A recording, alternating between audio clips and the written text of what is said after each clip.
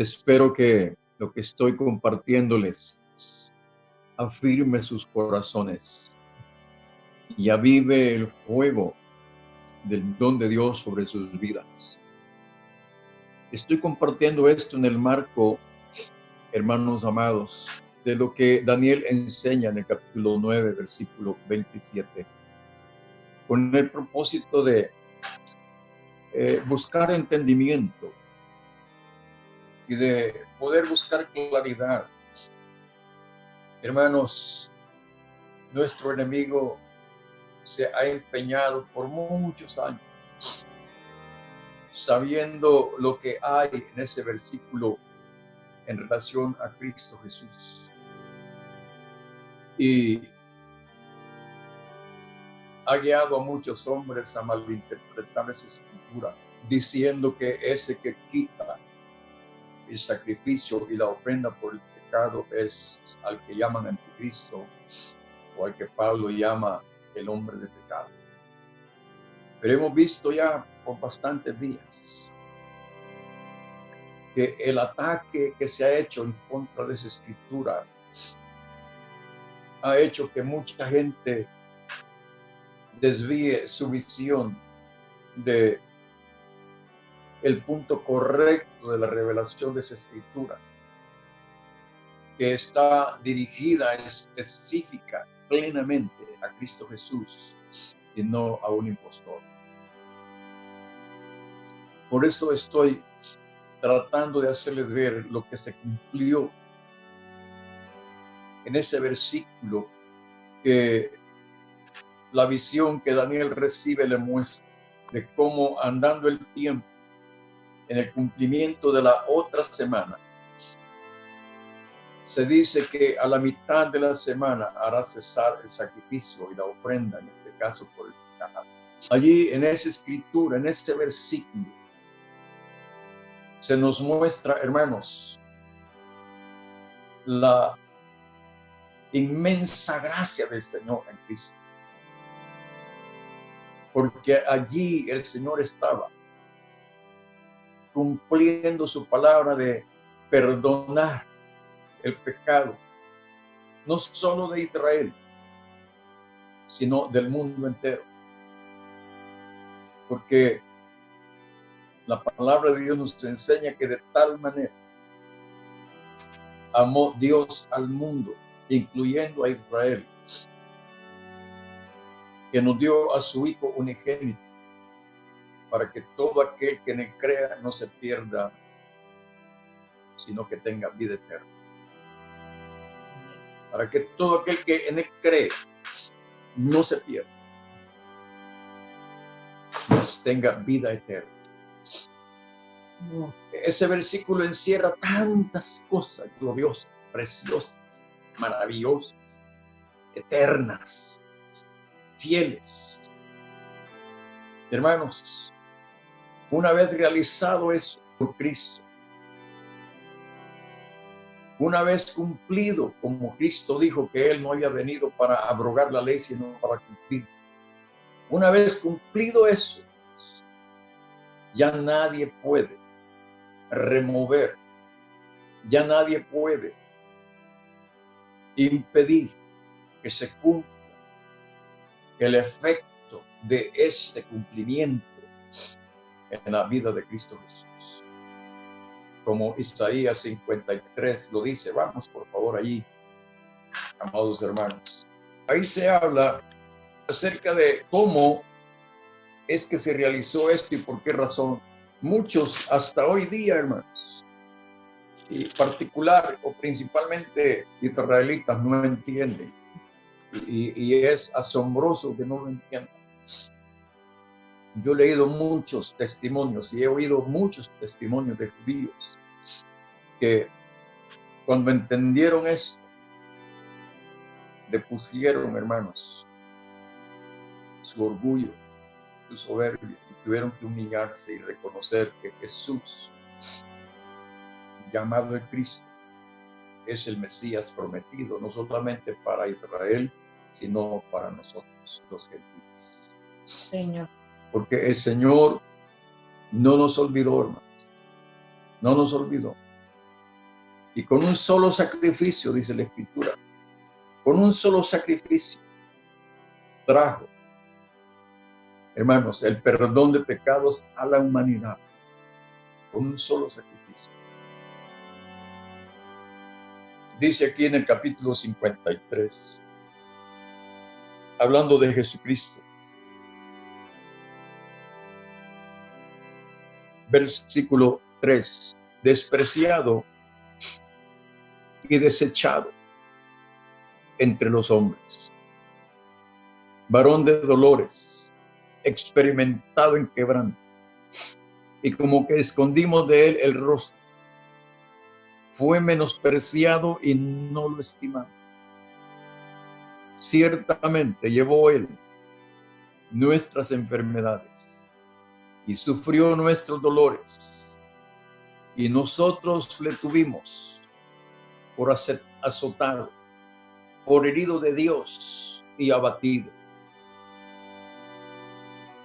Mas él herido fue por nuestras rebeliones, molido por nuestros pecados.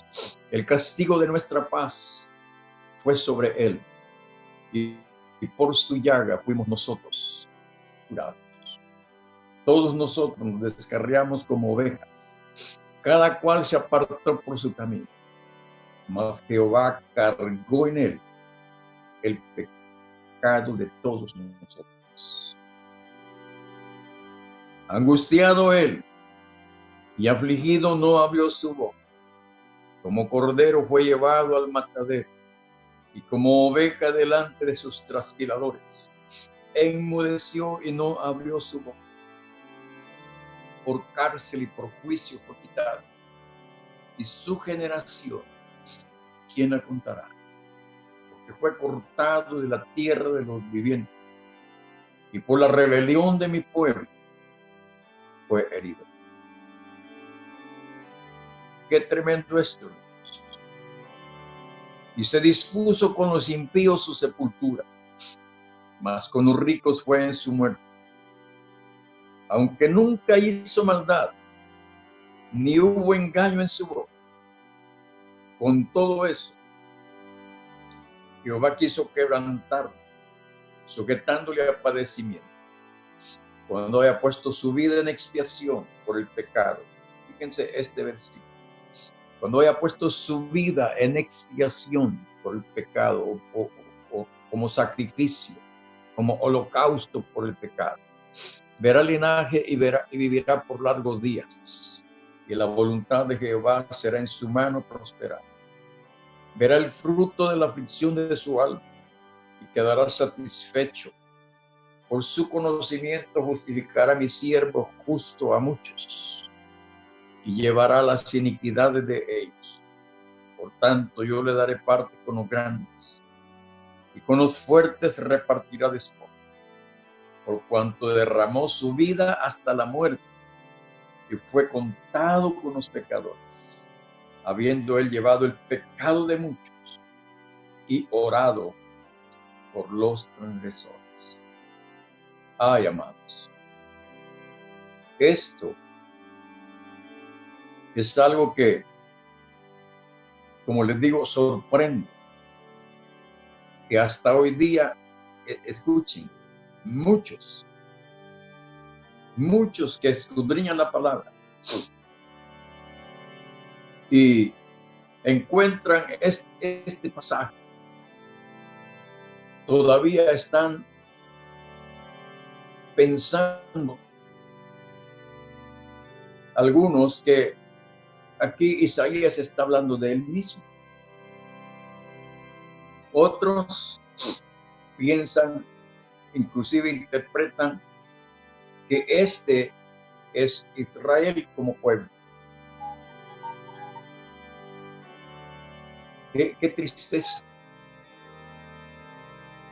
Yo puedo entender y comprender la inquietud, la duda de aquel hombre etíope que venía de adorar de Jerusalén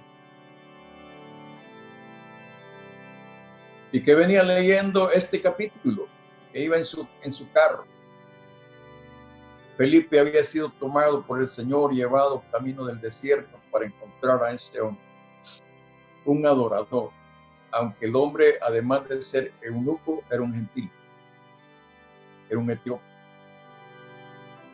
Y este hombre leía y yo pienso que leía y releía y no entendía. Por eso Felipe, llevado por el Espíritu Santo, le pregunta, ¿pero entiendes lo que lees? Él le dice, ¿y cómo voy a entender si alguno no me lo explica? Felipe sube al carro junto con el etíope y comienza desde esa escritura a exponerle el Evangelio, a hablarle acerca de que este del cual Isaías está hablando es aquel que nació en Belén, que se crió en Nazaret, que comenzó su ministerio precisamente en ese lugar donde él había crecido y fue menospreciado. Él tuvo que huir porque lo querían matar y se fue a Capernaum. Allá hizo muchos milagros. Él visitó aquella tierra de Neftalí y de Zabulón, una tierra que la Escritura misma dice que era una región de sombra de muerte. Pero la luz llegó a ese lugar, Cristo Jesús. Él pasó durante 3 años y medio, escuchen bien, realizando su ministerio, que es lo que cubre precisamente la mitad de la semana 70, 3 años y medio de ministerio. En esos 3 años y medio, el final de esos 3 años y medio marcó este acontecimiento de Isaías 53. Ahí se cumplió Isaías 50. En Jesucristo, el Mesías de Israel y el Salvador del mundo. Ahí se cumplió. Pero hay situaciones acá que gracias a Dios y Dios en su gran sabiduría, hermanos, en su gran bondad en proveer luz, en traer sabiduría, entendimiento, conocimiento por el Espíritu Santo, ha levantado hombres y en este caso y todavía están discutiendo quién es el autor del libro de Hebreos. Pero allí el escritor de Hebreos, quien quiera que haya sido, algunos dicen que fue Pablo, otros dicen que fue Apolos o alguien más. Lo importante es que lo que se escribió allí tiene, hermanos, una actualidad y una vigencia eterna. Eterna. Porque antes de este capítulo de Isaías 53, que registraba la profecía que iba a cumplirse en la semana 70, a la mitad de la semana. Antes de esto había venido el funcionamiento de un sacerdocio arónico de la tribu de Leví. Y allí se estaba cumpliendo, como he dicho, en tipo, esto precisamente de Isaías 53. En aquel momento, en los tipos, se cumplía esto. Pero andando el tiempo, Dios le dio cumplimiento en la persona de Jesucristo. Todo aquello que era en tipo, vino Jesús, que es el antitipo o cumplimiento de Isaías 53. Y el escritor de Hebreos hace, hermano, una exposición tan preciosa de cómo aquí en Isaías 53 se cumple la promesa del Señor de dar un libertador, de dar un salvador. Ya desde Isaías, el mismo profeta venía profetizando acerca del niño que nos es nacido, el hijo que nos es dado. Ya venía él hablando sobre esa situación. Pero ahora Hebreos nos abre, hermano, una puerta de entendimiento y nos muestra tanto a nosotros como a los judíos particularmente, que era necesario dejar de seguir practicando lo que tiene que ver con esta revelación del sacrificio y la ofrenda por el pecado.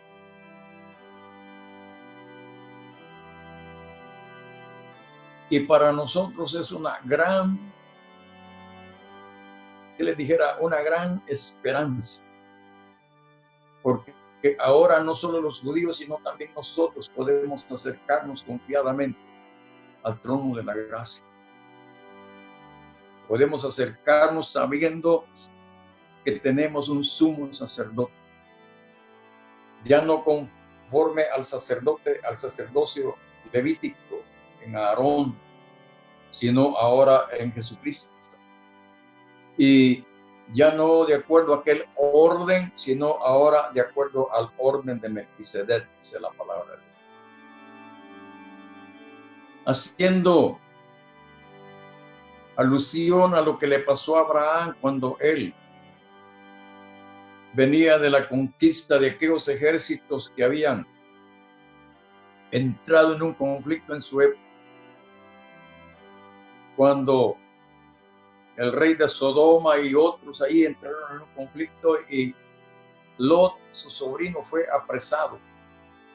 Abraham, con 318 hombres, incluyendo unos amigos que le ayudaron, logró rescatar a Lot, su sobrino, y tantas otras cosas. Dice la escritura que cuando él venía de regreso, tanto el rey de Sodoma como el rey de Salem, Melquisedec, le salió al encuentro y lo bendijo. Y le dijo a Abraham con un saludo tan tremendo. ¿Qué encuentro más importante, más interesante en ese momento? Melquisedec está allí. Dice la escritura que Abraham le dio los 10 muertos a Melquisedec. Y Melquisedec le dio a Abraham pan y vino. Allí hay, hermanos, una revelación tremenda de Cristo Jesús compartiendo su cuerpo y su sangre. Y en este caso particularmente Abraham, de sus lomos salió todo Israel. Todo Israel.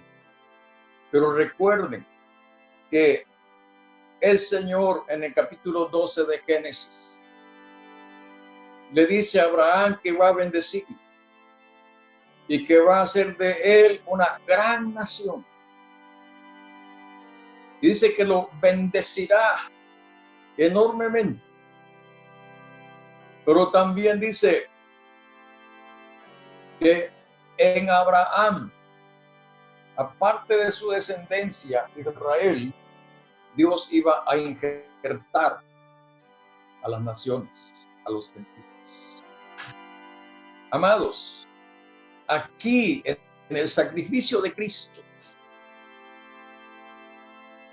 nosotros los gentiles somos injertados. Señor. De acuerdo a lo que el apóstol Pablo enseña en el capítulo 11 de Romanos.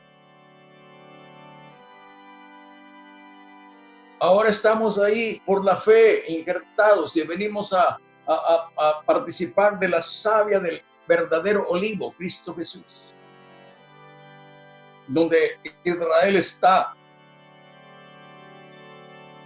pegado allí. Pero recordemos que debido a la ruptura del reino en el tiempo de Salomón,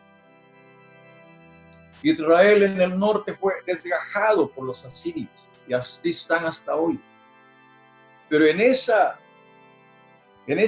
desgajamiento nosotros fuimos injertados, y esa palabra injertado, también la palabra acebuche, fuimos metidos ahí y ahí estamos por la fe en Cristo, que no solamente es el Redentor de Israel, sino también el Redentor nuestro.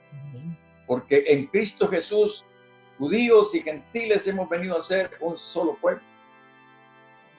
Cristo Jesús dio su vida no solamente por los gentiles, sino también por nosotros. Por eso Juan 3:16 dice que amó a todo el mundo. Ahí Juan hubiera podido poner que de tal manera amó Dios a Israel. Pero no, ahí dice de tal manera amó Dios al mundo, incluyendo a Israel y a nosotros. A todo el mundo. Su sacrificio, hermanos, es universal. Tiene una cobertura infinita. Tiene, hermano, una vigencia eterna. Hagan lo que hagan hoy, que traten de corromper, que traten de torcer, que traten de contradecir esto, ya no pueden hacer absolutamente nada. Ya está realizado. Por eso Jesucristo en la cruz, al morir, dijo, consumado es. ¿Qué es lo que estaba siendo consumado? Esto, el cumplimiento de Isaías 53. Allí en Isaías 53, hermano, vino el cumplimiento del sacrificio perfecto, el sacrificio eterno, el sacrificio completo, verdadero, por la redención de la humanidad. Aunque muchos interpreten mal hoy y apliquen mal esto, lo único que están haciendo es engañar a mucha gente. Ahora que a nosotros nos ha tocado el privilegio de poder ver por el Espíritu Santo con claridad esta bendición, cobremos ánimo, levantémonos, vamos a erguir y levantar nuestras cabezas con gozo, con alegría, no con soberbia, para alzar nuestro rostro hacia el Señor y darle gracias por la eternidad, por lo que Él hizo por nosotros. Él no solamente cumplió su promesa, sino que esta promesa se ha mantenido por los siglos, 2000 y pico de años ya, de cumplimiento. Y todo aquel que ha puesto su fe y su esperanza en esto,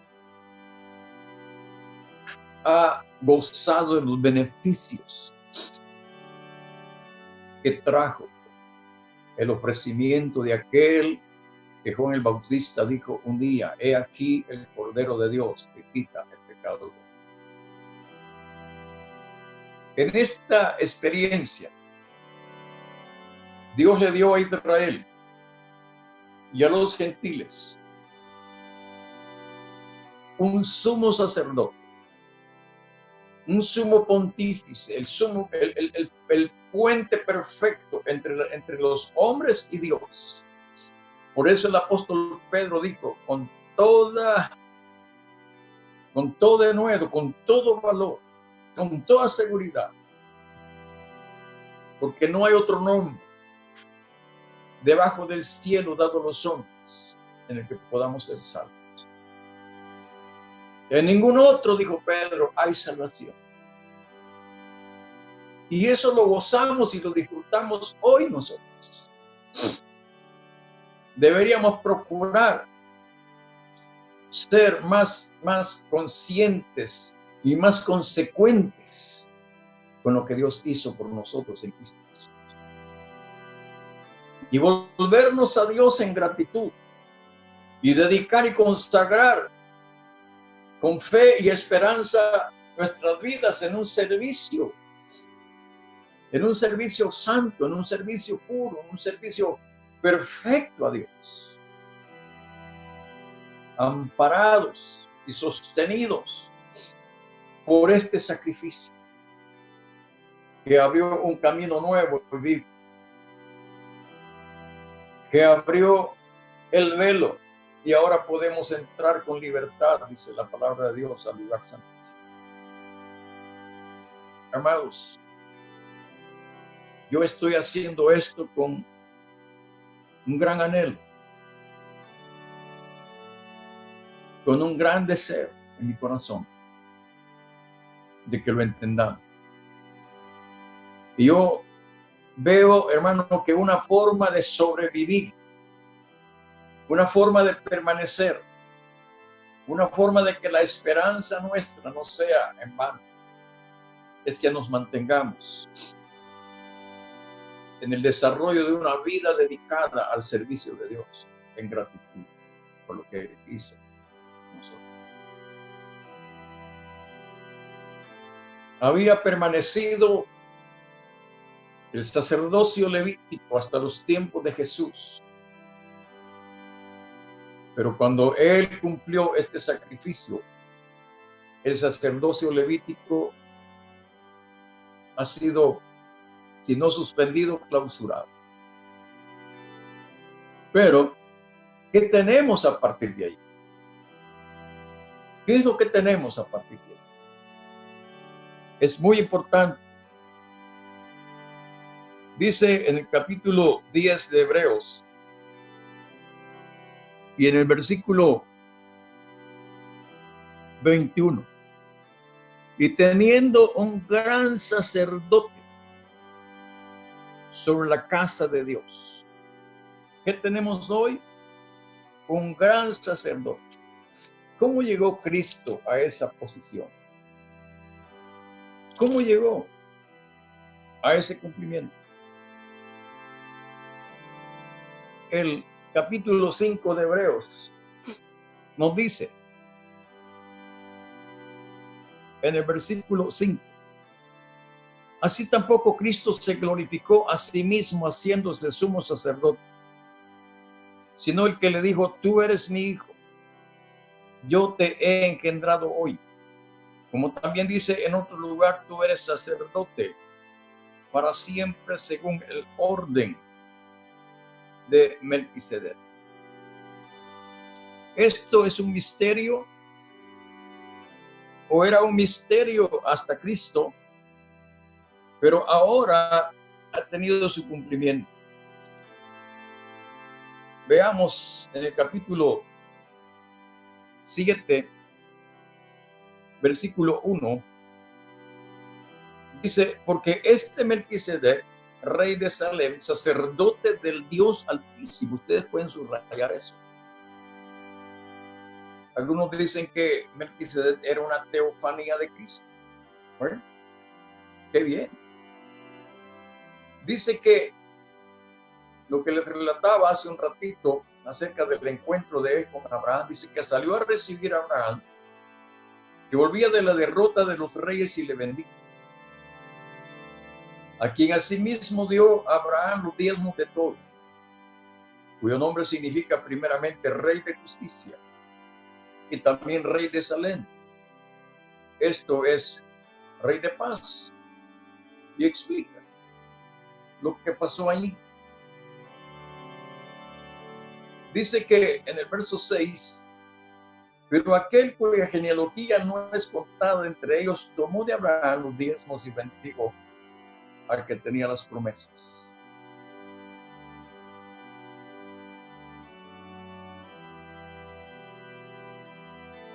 ¿Qué estaba pasando acá? Ya en el tiempo con Cristo. Se nos dice que el sacerdocio de Leví, el sacerdocio arónico, sirvió en tanto el Cristo no venía. Eso hacía de que el sacerdocio y los sacrificios solo fueran una figura y un tipo. El sacrificio de animales es un tipo de Cristo y el sacerdocio de Aarón una figura. Eran tipos de Cristo. Pero ahora el antitipo Cristo viene. Y una cosa interesante aquí, como vamos a ver en estos pasajes, se dice que a pesar de los sacrificios de animales y a pesar ministerio del sacerdocio, Israel no fue perfeccionado. Y aunque esto venía de Dios, venía establecido por Dios, solo era una figura. En ese sentido, aquí Hebreos lo pone como algo que, como el apóstol Pablo dice, que la ley fue nuestro ayo para llevarnos a Cristo. Es decir, la ley de los sacrificios y la ley del sacerdocio funcionó hasta que Cristo vino. Ahora Cristo ya ha venido. Ahora en Él es el cumplimiento de lo que se mostró en figura y en tipo, en los sacrificios y en Aarón. Eso fue glorioso, dice el apóstol Pablo en 1 Corintios 3. Fue glorioso, pero más glorioso es lo que hoy está. Dice aquí en el capítulo 7 de Hebreos. Leamos, por favor, versículo 11. Si pues la perfección fuera por el sacerdocio levítico, porque bajo él recibió el pueblo la ley, ¿qué necesidad habría aún de que se levantara otro sacerdote según el orden de Melquisedec y que no fuese llamado según el orden de Aarón? Porque cambiado el sacerdocio, necesario es que también haya cambio de ley. Y aquel de quien se dice esto es de otra tribu, de la cual nadie sirvió al altar. Sabemos que Jesús es de la tribu de Judá, como dice el versículo 14, porque manifiesto es que nuestro Señor vino de la tribu de Judá, de la cual nada habló Moisés tocante al sacerdocio. Y esto es aún más manifiesto si a semejanza de Melquisedec se levanta un sacerdote distinto, no constituido conforme a la ley. Y aquí quiero llamar la atención de ustedes, porque se oye y se ha oído por mucho tiempo decir esta frase: ya no estamos bajo la ley, sino bajo la gracia. Eso tiene su aplicación y tiene su verdad. Pero lamentablemente, cuando muchos han enseñado o no han enseñado seguramente bien, porque la gente todavía sigue confundida. Porque cuando se encuentran en una situación de estar violando la ley, inmediatamente, hasta con arrogancia, mucha gente dice: ya no estamos bajo la ley, estamos bajo la gracia. ¿Qué están diciendo? Sabemos que el apóstol Pablo enseñó que nosotros somos salvos por gracia y no por las obras de la ley, pero allí debemos entender qué está diciendo el apóstol Pablo en cuanto a las obras de la ley. Las obras de la ley encierra principalmente lo que tenía que ver con la ley de los sacrificios por el pecado. Nadie, aparte de lo que Cristo hizo, puede hacer alguna obra hoy para redimir o buscar el perdón de sus pecados y la salvación de su alma. No funciona, no sirve para nada. Es más, es una abominación hacer tal cosa, y es un menosprecio hacia la sangre de Cristo. Porque de esa manera lo que muchos están haciendo es decir que la sangre de Cristo no es suficiente y no tiene el poder que se requiere para salvar al mundo. Están minimizando el poder de la sangre de Cristo y también están blasfemando en contra de Cristo Jesús y su obra. Notemos aquí, esto es muy importante. Versículo 15. Y esto es aún más manifiesto si a semejanza de Melquisedec se levanta un sacerdote distinto, no constituido conforme a la ley del mandamiento acerca de la descendencia. Ojo, pueden subrayar eso. Aquí se hace mención al mandamiento que tenía que ver con el ministerio o servicio del sacerdote, el sumo sacerdote. Y había sido establecido que cuando el sumo sacerdote fallecía, quien lo sucedía en el ministerio era su hijo primogénito. Es decir, el sumo sacerdocio era transferible. Aquí dice la ley de la descendencia. Más adelante explica que por esa razón hubo muchos sacerdotes o sumos sacerdotes, porque morían. Y el primogénito tenía que sucederle en el cargo, en el servicio. Pero aquí se está hablando ahora de un sacerdote, versículo 16, un sacerdote distinto, no constituido conforme a la ley del mandamiento acerca de la descendencia, sino según el poder de una vida indestructible. Pues se da testimonio de él. Tú eres sacerdote para siempre, según el orden de Melquisedec. Queda pues abrogado el mandamiento anterior, abrogado el mandamiento, abrogada la ley de la descendencia del sacerdocio, a causa de su debilidad e ineficacia. La debilidad y la ineficacia se debía a que el sacerdote en turno era mortal, era permanente mientras vivía. Cuando moría, el hijo primogénito lo sucedía y así iba por generaciones. Versículo 19. Pues nada perfeccionó la ley. ¿Cuál ley? La ley de la descendencia del sacerdocio. Eso no perfeccionó nada. Sí sirvió a los propósitos de anunciar lo venidero, de anunciar lo perfecto. Ellos eran la sombra. Los sacrificios y el sacerdote eran la sombra de lo venidero. Andando el tiempo, apareció el que proyectaba la sombra, Cristo Jesús, junto con su cuerpo, la iglesia. Ahora se nos habla de la introducción de una mejor esperanza. Alguien dijo una vez que este libro de Hebreos podría ser titulado el libro de la mejor esperanza, el libro de la mejor ley, el libro del mejor sacerdocio, el libro de la mejor ofrenda, el libro del mejor sacrificio, porque eso es lo que revela Hebreos. Todo lo que revela Hebreos en relación a Cristo y su sacerdocio está siendo la revelación de lo eterno, no de lo temporal o pasajero, como fue el sacerdocio de Aarón, de la tribu de Leví, sin menospreciarlo, porque eso Dios lo estableció y funcionó hasta que Cristo vino. Dice aquí que hay la introducción de una mejor esperanza por la cual nos acercamos a Dios. Por eso en Hebreos 6 ha estado hablando en qué consiste esa esperanza. Y esto dice el versículo 20, no fue hecho sin juramento, porque los otros ciertamente sin juramento fueron hechos sacerdotes. Qué tremendo esto, ¿no? Pero este, con el juramento del que le dijo, juró el Señor y no se arrepentirá, es decir, no va a revocar eso.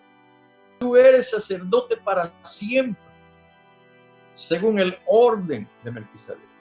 Por tanto, Jesús es hecho fiador de un mejor pacto. Y los otros sacerdotes llegaron a ser muchos debido a que por la muerte no podían continuar.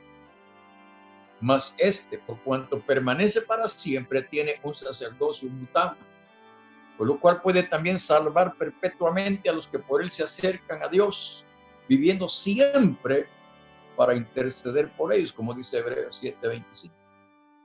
Porque tal sumo sacerdote nos convenía, santo, inocente, sin mancha, apartado de los pecadores y hecho más sublime que los cielos, que no tiene necesidad cada día como aquellos sumos sacerdotes de ofrecer primero sacrificios por sus propios pecados y luego por los del pueblo, porque esto lo hizo una vez para siempre, ofreciéndose a sí mismo. Porque la ley constituye sumos sacerdotes a débiles hombres, pero la palabra del juramento posterior a la ley, al Hijo hecho perfecto para siempre. ¿Con cuánta razón nuestro archienemigo ha atacado a Hebreos 9, a Daniel 9:27 y lo ha tergiversado? Hay una herejía terrible ahí. tratando de invalidar eso. Si no se hubiera mencionado ahí en Daniel 9:27 ese versículo, hermano, estaríamos en las sombras y en la oscuridad y en la ignorancia. Y queriendo aplicarle de alguna manera a impostores el título de Mesías, de Cristo. Ya en el Antiguo Testamento como en el Nuevo, se nos habla acerca de esos personajes que a pesar de esto han tenido el atrevimiento de reclamar para sí un mesianismo. Y nosotros estamos a las puertas de que muchos vengan diciendo yo soy el Cristo todavía, a pesar de esta revelación. Con esta revelación ya nadie debería que atreverse a decir que son Cristo. Nadie. Sin embargo, debido a la oscuridad, a la ignorancia y la interpretación herética de ese pasaje de Daniel 9:27, todavía muchos siguen proponiendo a la humanidad salvadores, redentores, mesías. Es trágico y triste que un buen porcentaje de lo que llamamos la iglesia sigue creyendo que el que quita el sacrificio y la ofrenda por el pecado es un anticristo. Un anticristo no puede hacer tal cosa. Un anticristo no puede tomar, usurpar el lugar que solo a Jesús, llamado el Cristo, le corresponde. Porque a él, dice el apóstol Pedro, Dios lo ha hecho Señor y Cristo, amo y Mesías, un amo ungido, como vimos anoche. Un Señor ungido, un Señor escogido, un Señor elegido. Y no en este momento, sino desde antes de la fundación del mundo. Ahora bien, dice el capítulo 8.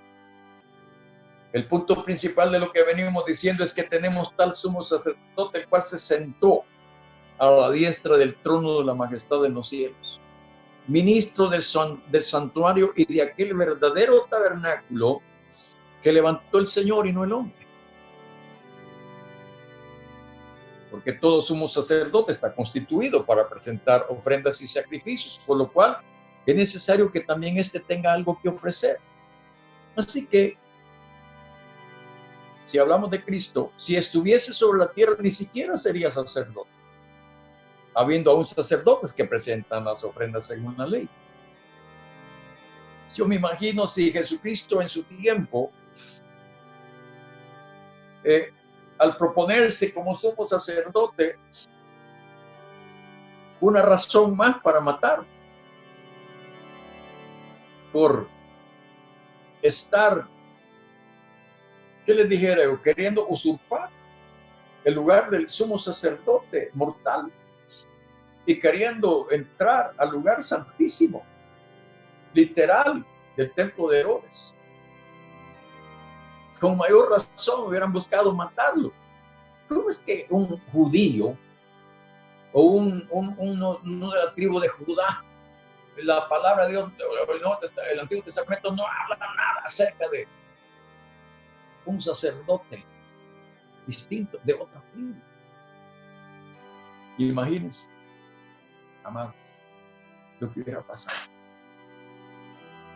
Ahora, dice que estos sacerdotes mortales, versículo 5, los cuales sirven a lo que es figura y sombra de lo que estoy diciendo, de las cosas celestiales, como se le advirtió a Moisés cuando iba a erigir el tabernáculo, diciéndole, mira, haz todas las cosas conforme al modelo que se te ha mostrado en el monte.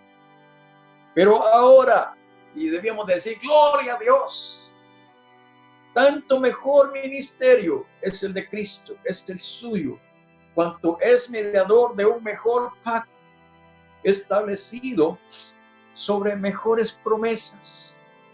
Porque si aquel primero, es decir, el sacerdocio levita, hubiera sido sin defecto, ciertamente no se hubiera procurado lugar para el segundo. Porque reprendiéndolo dice: he aquí vienen días, dice el Señor, en que estableceré con la casa de Israel y la casa de Judá un nuevo pacto. No como el pacto. ¿Cuál pacto? El pacto del sacerdocio y las ofrendas que hice con sus padres el día que los tomé de la mano para sacarlos de la tierra de Egipto, porque ellos no permanecieron en mi pacto. Me desentendí de ellos, dice el Señor. Por lo cual, este es el pacto que haré con la casa de Israel después de aquellos días, dice el Señor. Pondré mis leyes en la mente de ellos y sobre su corazón las escribiré, y seré a ellos por Dios y ellos me serán a mí por pueblo. Y ninguno enseñará a su prójimo ni ninguno a su hermano diciendo: conoce al Señor, porque todos me conocerán, desde el menor hasta el mayor de ellos, porque seré propicio a sus injusticias y nunca más, y gloria a Dios por eso, me acordaré de sus pecados y de sus iniquidades. Deberíamos de estar radiantes de felicidad, de gozo, de alegría, de gratitud, llenos de gratitud, llenos de esperanza, motivados por estas declaraciones, por estas revelaciones que deben acrecentar nuestra fe en Dios, nuestra fe en el sacrificio de Cristo, y dejar de estar queriendo buscar la forma de hacer algo de parte de nuestra cuenta para ofrecer sacrificios por nuestros pecados, aparte de lo que Cristo hizo. Hacer eso, hermanos, es abominable. No hay sacrificios, no hay ruegos, no hay oraciones, no hay ritos, no hay cultos, no hay nada que pueda sustituir o invalidar el sacrificio de Cristo y establecer otro. No hay nada. Él es el intercesor perfecto. No hay hombres, ni mujeres, ni organizaciones, ni sistemas que puedan invalidar lo que Cristo hizo y sustituir. Hacer ese tipo de cosas es abominable. Señor, muchas gracias esta noche que nos has concedido la vida y te acordaste de Abraham, de Isaac, de Jacob, que te acordaste de Israel, que también, Señor, nos pusiste a nosotros los gentiles en tu plan eterno, en tu plan glorioso de salvarnos por el sacrificio de un hombre, por la obediencia de un hombre llamado Jesús, hecho el Cristo, hecho el Mesías, hecho el ungido por ti, Señor. A Jesucristo y a Aarón tú los ungiste. Aarón tuvo su tiempo, desarrolló su ministerio. Pero ahora, Señor, nos has dado un sacerdote eterno, con un sacerdocio tan efectivo, tan eficaz, que ahora, Señor, lo perfecto se ha manifestado. Que ahora, Señor, lo eterno ha sido revelado. Que ahora, Señor, esto tiene una vigencia por la eternidad y eso es esperanzador para nosotros. Ahora sí, Señor, podemos decir que podemos ser perfeccionados, que podemos ser glorificados, que podemos ser exaltados, que podemos ser levantados de nuestra miseria, Señor. Que ahora sí podemos tener una esperanza viva, porque tenemos un sumo sacerdote que se compadece de nuestras debilidades, que se muestra paciente con los ignorantes y los extraviados. Porque Cristo mismo fue sujetado a padecimientos, fue sujetado a sufrimientos, fue sujetado a tantas cosas terribles. Y si bien es cierto, Él no necesitaba presentar ofrendas y sacrificios por su pecado, porque era hijo. Y aún siendo hijo, Él estuvo dispuesto a cumplir toda justicia. estuvo dispuesto no a ofrecer sacrificio de animales o derramar la sangre de animales, sino presentarse Él como el sacrificio y derramar su propia sangre para redimirnos. Él no solamente es nuestro sumo sacerdote, sino que es el sacrificio perfecto, sublime, eterno, glorioso, incomparable, para redimirnos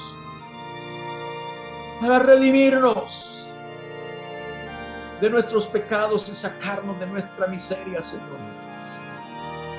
Muchísimas gracias hoy, porque hoy sí tenemos un sumo sacerdote. Hoy sí tenemos la bendición de que se ha ofrecido un sacrificio que ha satisfecho tu demanda,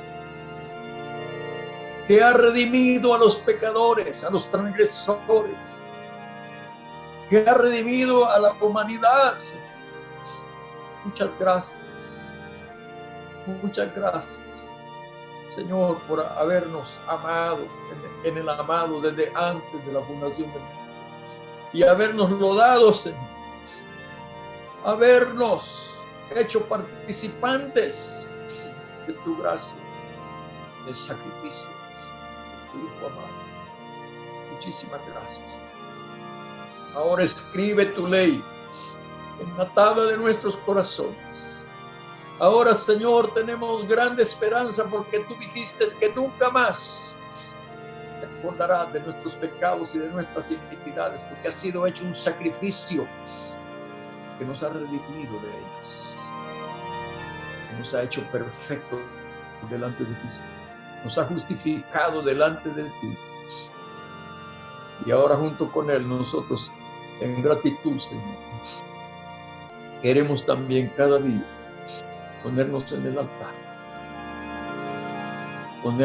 altar y que de allí suba cada día, Señor, un grato olor de una ofrenda mecida, de un holocausto del todo final, en el mandamiento de amarás al Señor tu Dios con todo tu corazón, con toda tu alma, con toda tu mente, con todas tus fuerzas, y al prójimo como a nosotros mismos.